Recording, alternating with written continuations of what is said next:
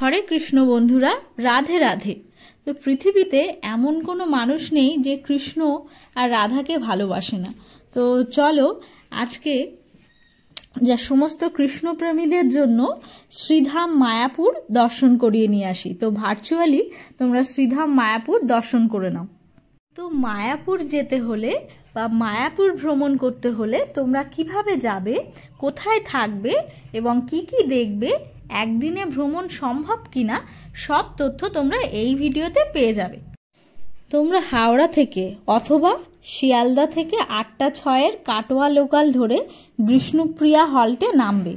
অনেকে নবদ্বীপ ধামে নামে, কিন্তু আমার মনে হয় বিষ্ণুপ্রিয়া হল থেকে মায়াপুরটা একটু কাছাকাছি হয়। এরপর বিষ্ণুপ্রিয়া হল্টে নেমে 1 নম্বর প্ল্যাটফর্মে ডাউন মানে শিয়ালদার দিক থেকে নেমে একটু এগিয়ে এলেই তোমরা পেয়ে যাবে টোটো স্ট্যান্ড।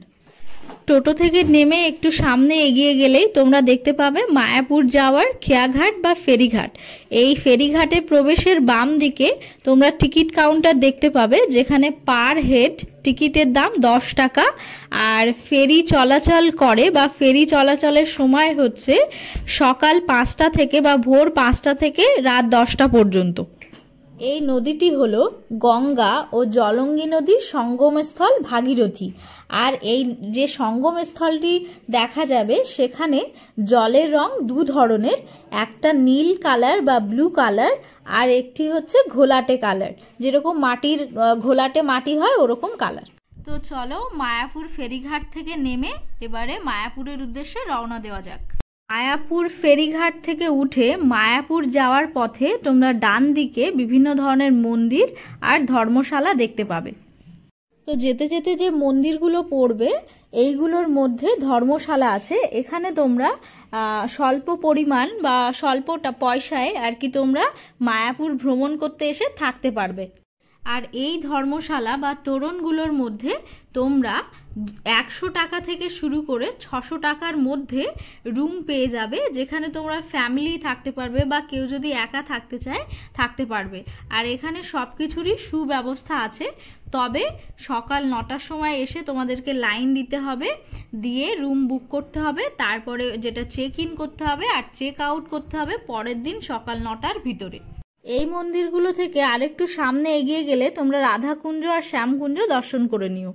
তো দেখো এবারে দূর থেকে দেখা যাচ্ছে মায়াপুরের যে প্রধান ইস্কন মন্দির, সেটা পৃথিবীর সবথেকে বড় ওয়ার্ল্ড লার্জেস্ট ভেদিক টেম্পল। তো চলো এবার আমরা মায়াপুরের মেন মন্দিরে প্রবেশ করব। রাধে রাধে। তো এই মায়াপুর মন্দিরটি পশ্চিমবঙ্গের নদিয়া জেলার কৃষ্ণনগর মহকুমায় অবস্থিত। আর গৌড়ীয় বৈশিষ্ট্য অনুযায়ী এই এলাকাটি আধ্যাত্মিকভাবে ভীষণই গুরুত্বপূর্ণ। আর এই জায়গাটিকে একটি পবিত্র স্থান হিসেবে মানা হয়। তো বলে দিই, প্রধান প্রবেশের পথ থেকে ঢুকেই সামনে আর কি বাম সাইডে তোমরা পেয়ে যাবে প্রসাদের জন্য টিকিট কাউন্টার। আর প্রসাদের টিকিট পাওয়া যায় 11টা 30 থেকে। আর এই 11টা 30 থেকে প্রসাদ টিকিট সংগ্রহ করার পরে সেই টিকিটে তোমরা প্রসাদ পাবে দুপুর 12টা থেকে। আর এখানে এই মায়াপুরে মহাপ্রসাদের মূল্য 60 টাকা পার হেড। এখন যে মন্দিরটি দেখতে পাচ্ছ এটি হচ্ছে চন্দ্রোদয় মন্দির। আর এই মন্দিরটি সমুদ্রপৃষ্ঠ থেকে 36 ফুট উঁচুতে অবস্থিত। এটি প্রতিষ্ঠিত হয়েছিল 1967 সালে। আর এই মন্দিরটি 400 একর জায়গা জুড়ে অবস্থিত। মন্দিরটি 35 ফুট ভবনের সমান উঁচু, যা মিশরের পিরামিডের থেকে উঁচু বলে মনে করা হয়। এই চন্দ্রোদয় মন্দিরটি খোলা থাকে ভোর 4:30 থেকে দুপুর 1টা পর্যন্ত। আর তারপরে আবার 3:30 থেকে রাত 8টা 30 পর্যন্ত। আর সাধারণ ভক্তদের এই মন্দিরে প্রবেশের সময় হচ্ছে সকাল 7:30 থেকে 1টা পর্যন্ত, মানে দুপুর 1টা। তারপরে আবার বেলা 3:30 থেকে 8:30 পর্যন্ত, মানে রাত 8:30 পর্যন্ত এই মন্দিরে সাধারণ ভক্তরা প্রবেশ করতে। তো বন্ধুরা, আমার সঙ্গে মায়াপুর ধাম দর্শন করতে থাকো আর শ্রীকৃষ্ণের কৃপা লাভ করো। রাধে রাধে। হরে কৃষ্ণ কৃষ্ণ কৃষ্ণ হরে হরে। এবারে চলো মন্দিরে প্রবেশ করা যাক। আর এই মন্দিরে প্রবেশ করার আগে আমাদের জুতো, ব্যাগ, ক্যামেরা এবং মোবাইল ফোনগুলোকে জমা রাখবো আর টোকেন নিয়ে নেব। তারপরে টোকেন নেওয়ার পরে উপরে উঠে তোমরা ডান দিকে এই মেন মন্দির দেখার জন্য টিকিট কাটতে হবে। আর প্রত্যেকটি টিকিটের মূল্য পার হেড নেবে 11 টাকা। এই 11 টাকা দিয়ে তোমরা টিকিট কেটে মেন মন্দিরে প্রবেশ করতে পারবে। আর মেন মন্দিরে প্রবেশ করে তোমরা দেখতে পাবে শ্রীমৎ প্রভুপাদের বিভিন্ন লীলা। এই মন্দিরে প্রবেশ করে এই মন্দিরটির গ্রাউন্ড ফ্লোরে তোমরা রাধাকৃষ্ণের মূর্তি এবং বিভিন্ন দর্শনের জন্য দেবতাদের স্থান দেখতে পাবে এবং সেখানে বসে তোমরা কিছুক্ষণের জন্য প্রার্থনা করতে পারবে। তারপরে এবারে উপরে উঠে তোমরা এই মন্দিরটির ভিতরে মানে মেন মন্দিরটির ভিতরে শ্রীমৎ ভগবত প্রভুপাদের বিভিন্ন লীলা দর্শন করতে পারবে। তিনি কিভাবে আর কি সমস্ত মানুষকে তার অনুপ্রাণিত করেছিলেন, এই কৃষ্ণ ভক্তদের অনুপ্রাণিত করেছিলেন এবং দেশ বিদেশে এই মন্দিরের কথা বা শ্রীমৎ আর কি শ্রীকৃষ্ণের কথা, শ্রীকৃষ্ণের বাণী প্রচার করেছিলেন ভক্তদের মধ্যে। সেই সমস্ত লীলা তোমরা দর্শন করতে পারবে। যারা কৃষ্ণ ভক্ত আছো তারা সবাই আমার সঙ্গে বলো, হরে কৃষ্ণ কৃষ্ণ কৃষ্ণ হরে হরে, হরে রাম রাম রাম হরে হরে। তো এখন যে মন্দিরটি দেখতে পাচ্ছ এটি হচ্ছে মায়াপুর ইস্কনের নতুন মন্দির। এই মন্দিরটিতে এখনো সাধারণ ভক্তদের প্রবেশের জন্য খুলে দেওয়া হয়নি। এই মন্দিরটি 2025 সালে খুলে দেওয়ার, সাধারণ ভক্তদের জন্য আর কি খুলে দেওয়ার কথা রয়েছে। তবে তোমরা অল্প কিছু ডোনেশন দিয়ে এই মন্দিরের নিচের অংশটা দেখে আসতে পারো। সেখানে গাইডরা আছে, ওখানে তোমার মন্দিরে কোথায় কি প্রতিষ্ঠা করা হবে সেই গাইডরা তোমাদেরকে বলে দেবেন।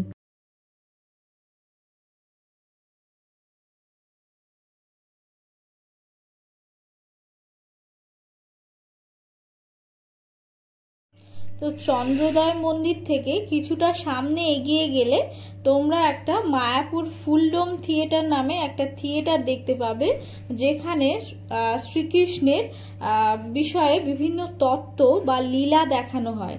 আর এর জন্য এই থিয়েটারে প্রবেশের জন্য প্রবেশ মূল্য নেবে পার হেড 60 টাকা।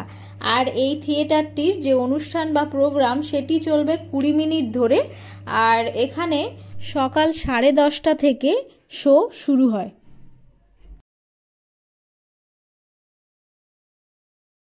মায়াপুর ইস্কন মন্দিরের বিভিন্ন উৎসবগুলি হলো চন্দন যাত্রা, স্নান যাত্রা, রথযাত্রা, জন্মাষ্টমী, রাধাষ্টমী ইত্যাদি।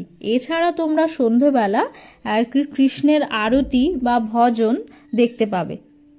তো এরপরে চলে আসছি মায়াপুর মন্দিরের বা মায়াপুর ইস্কন মন্দিরের যে ভিতরের যে গার্ডেনটা আছে সেখানে। তো এখানে তোমরা অনেক ধরনের ফুলের গাছ, ফ্লাওয়ার প্লান্টস এই সমস্ত দেখতে পারবে। আর এখানে বসে তোমরা রেস্ট নিতে পারবে বা কিছু টিফিন করার থাকলে বা খাওয়া দাওয়া করার থাকলে এই গার্ডেনে বসেই তোমরা খেতে পারবে।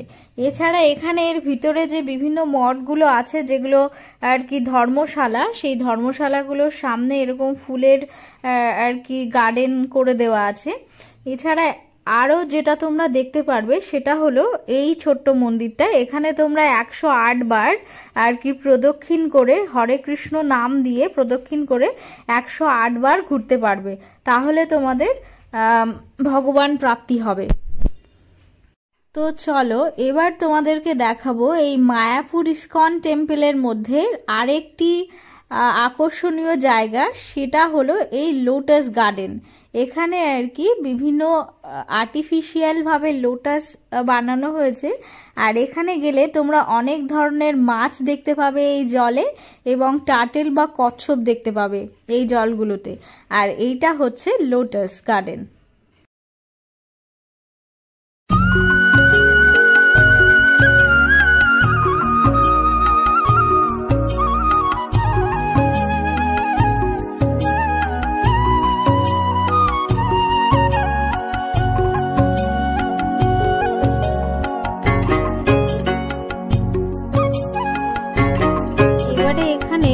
মায়াপুর ইস্কন টেম্পলের বিভিন্ন ধরনের অনুষ্ঠান সূচি আমি ছোট্ট ভিডিওর মাধ্যমে তুলে ধরেছি, সেটা তোমরা একটু দেখে নাও। তাহলে তোমাদের এখানে আসতে বা ঘুরতে বা কোন কোন সময় কোন কোন অনুষ্ঠান হয় সেটা দেখতে সুবিধা হবে। মায়াপুর ইস্কন টেম্পল থেকে একটু সামনে এগিয়ে গেলেই তোমরা পেয়ে যাবে গোশালা। আর এই গোশালাতে তোমরা অনেক গোমাতাকে দেখতে পাবে। এছাড়া এই গোশালার নিচে তোমরা কেউ যদি ঘি বা দই, ক্ষীর এসব কিনতে চাও তাহলে বেশ রিজনেবল প্রাইসের মধ্যে পেয়ে যেতে পারো। এছাড়া তোমরা গোমাতাদের খাওয়ানোর জন্য এখানে খাবার পাওয়া যায়, যেগুলো 10 টাকা দিয়ে কিনে তোমরা গোমাতাদেরকে খাওয়াতে পারবে। তো মায়াপুরে গেলে তোমরা 4 বেলা ফ্রি প্রসাদ পাবে, এর জন্য কোনো টিকিট কাটতে হবে না। তো বলি, এবার তোমরা মায়াপুরে গেলে কোথায় থাকবে, কোন কোন হোটেল ভালো এবং হোটেল ভাড়া কত, এগুলো সব ইনফরমেশন এবার তোমাদেরকে জানাবো।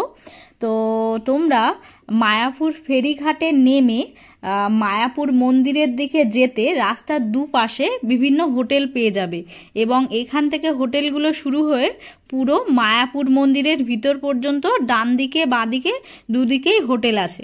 এবার তোমরা বাইরের হোটেলেও থাকতে পারো, প্লাস মন্দিরের মধ্যে যে সমস্ত ভবন আছে, যেমন গদা ভবন সব থেকে বিখ্যাত, ওখানেও তোমরা থাকতে পারো। এছাড়া বাইরের বিভিন্ন হোটেল নিতে পারো। এবার বাইরের বিভিন্ন হোটেলগুলোর ভাড়া বিভিন্ন ধরনের, এখানে এসি থেকে নন এসি সব ধরনের হোটেল তোমরা পেয়ে যাবে। আর হোটেল মোটামুটি বাইরের হোটেলগুলো 400 টাকা থেকে শুরু হচ্ছে। এবার তোমরা 400 টাকা পার আর কি নাইট, এক নাইট থেকে তারপরে পরের দিন সকাল 9টার সময় তোমাদেরকে চেক আউট করতে হবে বা হোটেল ছেড়ে বেরিয়ে যেতে হবে। এবার তোমরা যদি মনে করো তোমাদের কোনো জিনিসপত্র হোটেলে রাখবে, রেখে তোমরা মন্দির আর কি দর্শন করতে যাবে, তাহলে তোমরা আর কি যে হোটেলের যিনি থাকবেন তাকে বলে বা ব্যাগপত্র রেখে তোমরা যেতে পারো। এবার এখানকার সব থেকে ভালো খাওয়ার জায়গা হচ্ছে অন্নপূর্ণা হোটেল। তো তোমরা তো এবারে একটি হোটেলওয়ালার থেকে সরাসরি হোটেল সম্পর্কে জেনে নেব। এখানে খাওয়া দাওয়া থাকা সুবন্দোবস্ত ব্যবস্থা আছে।